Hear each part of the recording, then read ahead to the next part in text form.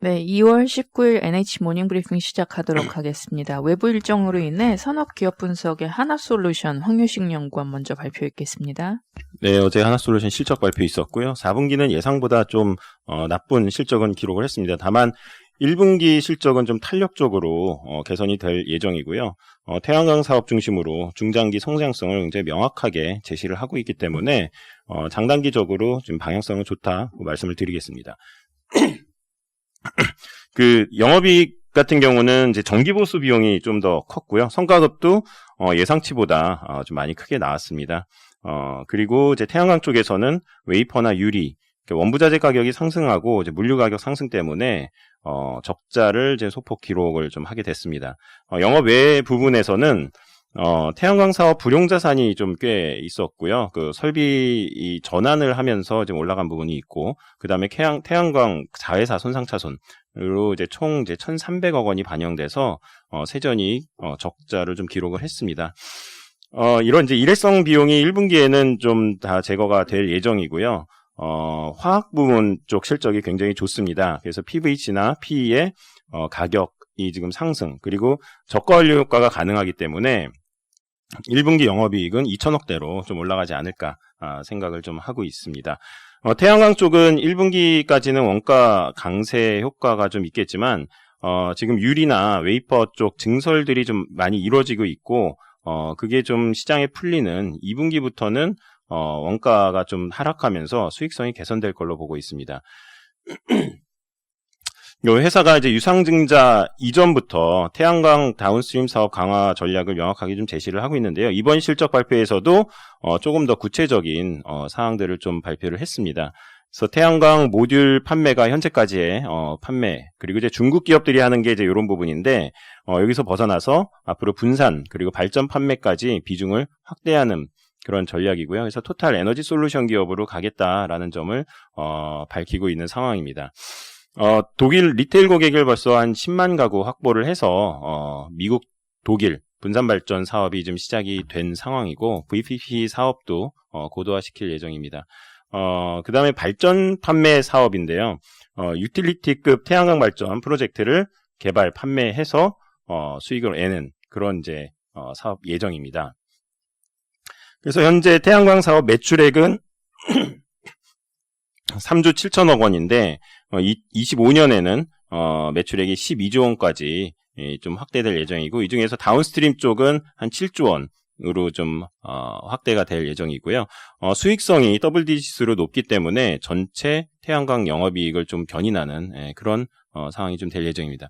투자 의견 바이랑 목표 주가 65,000원 유지를 하겠습니다. 이상입니다. 네, 질문 없으시면 원래 순서대로 들어가겠습니다. 금요일에 미리 보는 주간 투자 전략.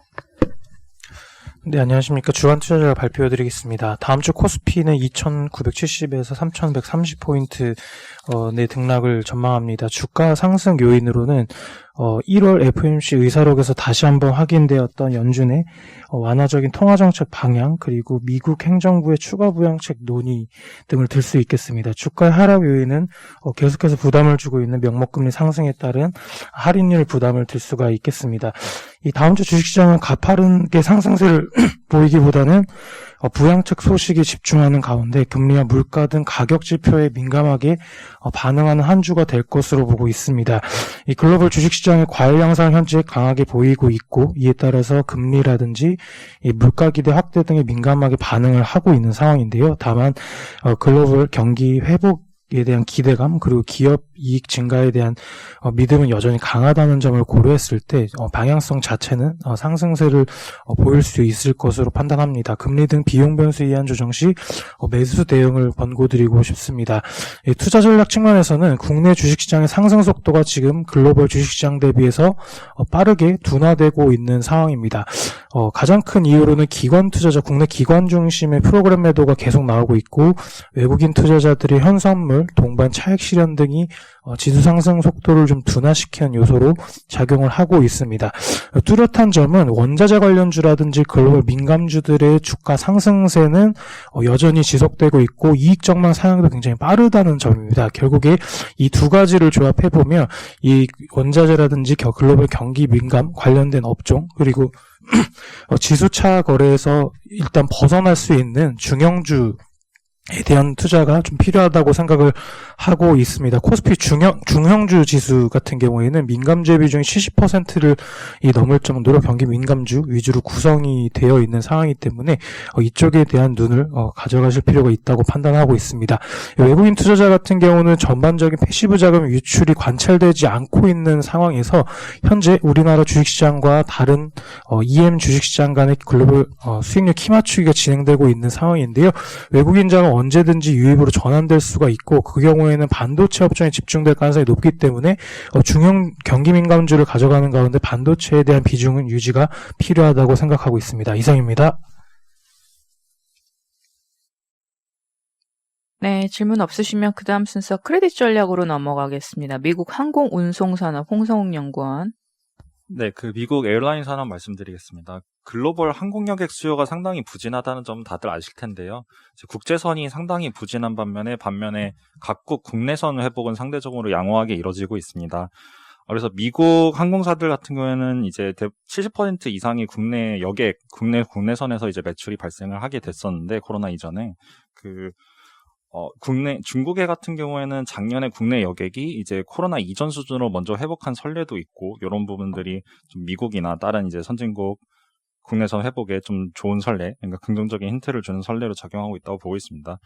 그리고 지금 이제 리포트를 좀 말씀드리는 부분은, 지금은 미국은 국내 여객이 전년 동기 대비 한 마이너스 60% 수준으로 상당히 회복이 좀 부진한 수준인데, 아시다시피 주요 선진국 중에 이제 100명단 접종 횟수가 영국 다음으로 높은 국가이고요. 그리고 미국의 2회 접종 인구, 그러니까 접종이 완료된 인구는 영국보다 현재 높은 상황입니다. 기본적으로 저희가 이제 저희 하우스에서 하반기에 집단 면역이 달성될 것이라고 가능성이 높다고 보고 있기 때문에 국내선 정상화의 시기로 멀지 않았다고 보고 있고요. 국가 간 합의가 필요한 국제선과 달리 이제 국내선 회복은 좀 집단 면역 기대감이 좀 형성되는 시점부터 좀 빠르게 반응할 것으로 보고 있습니다. 그래서 사실 그러니까 중장기적으로 정상화될 거는 다들 아실 텐데, 당장에 이제 코로나가 가신 게 아니고 이제 우려 사항들이 남아 있기 때문에 좀 현금 소진 스트레스 테스트를 좀 해봤습니다. 그래서 현재 이제 현금이 캐시번이 이루어지는 속도하고 보유 유동성하고 비교를 해봤을 때 좀 코로나19로부터 업황이 회복이 더 이상 진행되지 않고 추가적인 외부 조달이 없다는 좀 보수적인 가정하에서 가정에서도 이제 델타 같은 경우에는 3.8년, 유나이티드는 1.6년, 이제 아메리칸 에어라인 같은 경우에는 1.3년 정도 버티는 것으로 결과가 나왔습니다. 그래서 좀 추천드리고 싶은 종목으로는 투자 등급인 사우스웨스트하고, 그리고 하이힐드 중에 가장 우량한 델타를 말씀드리고 싶고요. 사우스웨스트 같은 경우에는 이제 투자 등급이고 좀 금리가 상대적으로 낮아서 좀 기타 다른 이제 트리플 B 회사채보다는 양호한 성과가 전망되긴 하고요. 가장 탑픽으로는 좀 델타를 말씀드리고 싶은데, 지금 2029년 만기 채권이 이제 33.7%로 높은 수준의 금리를 제공하고 있고, 지금 현재 이제 하이힐드 회사채로 이제 취급을 받고 있는데, 이제 재차 코로나 이전 수준인 이제 투자 등급 지위를 이제 회복할 거라고 예상이 되기 시작하면은 좀 스프레드가 큰 폭으로 축소되면서 좋은 성과를 낼 수 있다고 예상하고 있습니다. 이상입니다.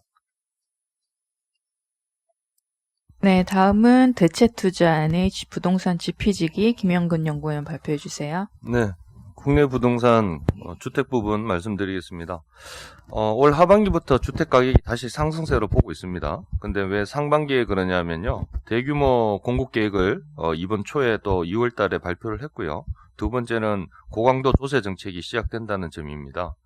그래서 최근에 공공주도 3080, 그리고 서울 32만 호에 전국 83만 호 공급 계획하고, 상기 신도시뿐만 아니라 이제 정부에서는 주택 공급을 많이 하려고 노력을 하고 있다는 점입니다.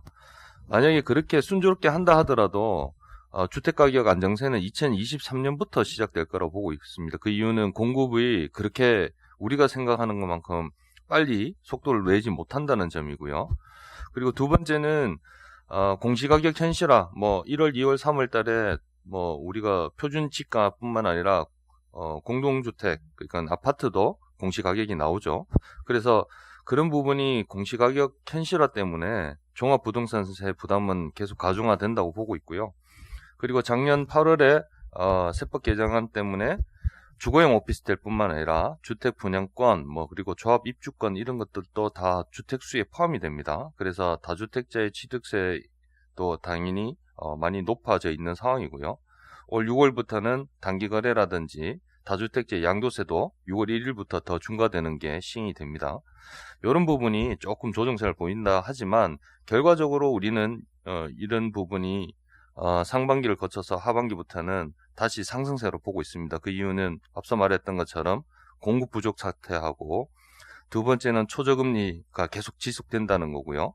세 번째는 풍부한 시중 자금인데 상기 신도시 토지보상매도 45조입니다. 그리고 앞서 정부에서 도심 내에서 공공을 많이 늘린다는데 그런 부분이 오히려 그 주변 시세의 주택 가격을 상승세로 이어질 수 있게 만든다는 거죠. 왜냐하면 대출 규제가 너무 심하기 때문에 그렇다는 얘기고요. 따라서 저희는 올 하반기부터 또 2023년 상반기까지 주택 가격 상승세로 다시 이어진다고 전망을 하고 있습니다. 특히 그게 서울 지역의 주택 가격 상승세가 더 빠르다고 보고 있고요. 최근에 매매 중형 가격, 그러니까 중간 정도 가격인데 서울은 지금 이번 달 1월 달로 보면은 9억 6천이고요. 그리고 강남은 11억 3천, 그리고 강북은 8억 3천인데 작년 하반기부터 중형 가격이 빨리 올라오는 거는 강북 지역입니다. 그래서 더 빨리 올라오고 있고요. 그리고 서울 지역이 특히 주택 가격 상승세가 더 높게 보이는 이유는 1인 가구 증가 속도도 굉장히 빨라서 서울시의 1인 가구의 비중이 33.4%입니다. 그리고 두 번째는 여전히 주택 보급률이 96%밖에 안 되기 때문에 사실상 쇼티지라는 얘기죠.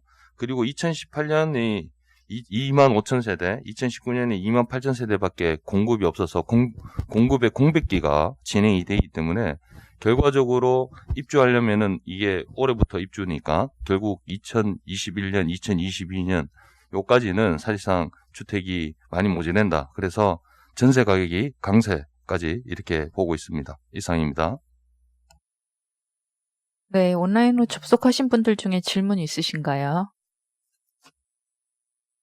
네, 질문 없으시면 산업기업 분석으로 넘어가서 삼성화재 정준섭 연구위원 발표했겠습니다. 예, 삼성화재 말씀드리겠습니다. 어제 컨퍼런스 콜에서 삼성화재는 올해도 수익성 중심 경영이 기조가 지속될 것이다 라고 밝혔습니다.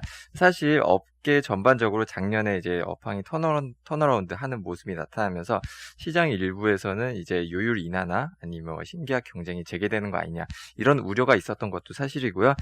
보통 이 경우에는 이제 트리거가 되는 게 보통 삼성화재랑 메리츠화재입니다. 보통 메리츠가 도발을 하면은 만약에 거기에 삼성이 맞대응하면은 그때는 시장이 다시 경쟁 구도로 진입하는 그런 모습이 과거에 계속 나타났었는데 어제 삼성화재가 이제 경쟁에 참여할 뜻이 없다. 수익성 중심으로 가겠다라고 밝혔기 때문에 올해에도 이제 무리한 이제 요율 인하나 아니면은 신계약 매출 경쟁 이런 게 나타날 가능성은 높지 않다라고 보고 있습니다. 올해도 합산 비율 개선될 걸로 보고 있고요. 다만 삼성화재가 이제 올해 자산운용 쪽에서는 좀 여러 가지 불확실성 고려해서 작년하고 비슷한 수준 예상하고 있습니다. 근데 이제 운용 수익률이 작년과 플랫하다라고 가정을 하더라도 합산 비율이 개선된 게 있기 때문에 올해 삼성화재 순이익은 작년보다 한 10% 정도 증가한 8,489억 예상하고 있습니다. 4분기 실적은 이제 순이익 1,379억 나왔습니다. 재추정치와 컨센서스를 이제 소폭 상회했고요. 이제 상회한 가장 큰 이유는 사업 비율이 재추정보다 좀 더 잘 나왔다라고 보고 있습니다.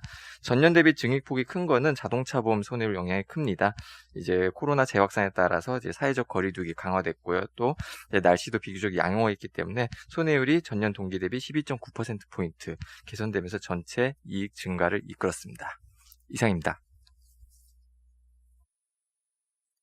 네, 이마트 실적 자료는 자료로 대체하겠고요. 해외 주식 캐터필러 윤유동 위원 발표해 주세요. 네, 캐터필러 해외 기업 자료 말씀드리겠습니다. 작년 하반기부터 업황 턴어라운드로 글로벌 건설기계 주가들 계속 상승세 이어가고 있는데요. 올해도 이 흐름이 이어질 것으로 보고 있습니다. 우선 중국을 중심으로 아시아 지역 매출 상승폭이 가장 크게 나타나고 있습니다.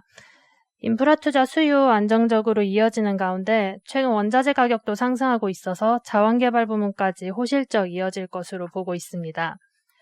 미국 같은 경우에는 작년 4분기부터 주택시장 중심으로 예상보다 빠르게 정상화되는 모습 보여주고 있는데요.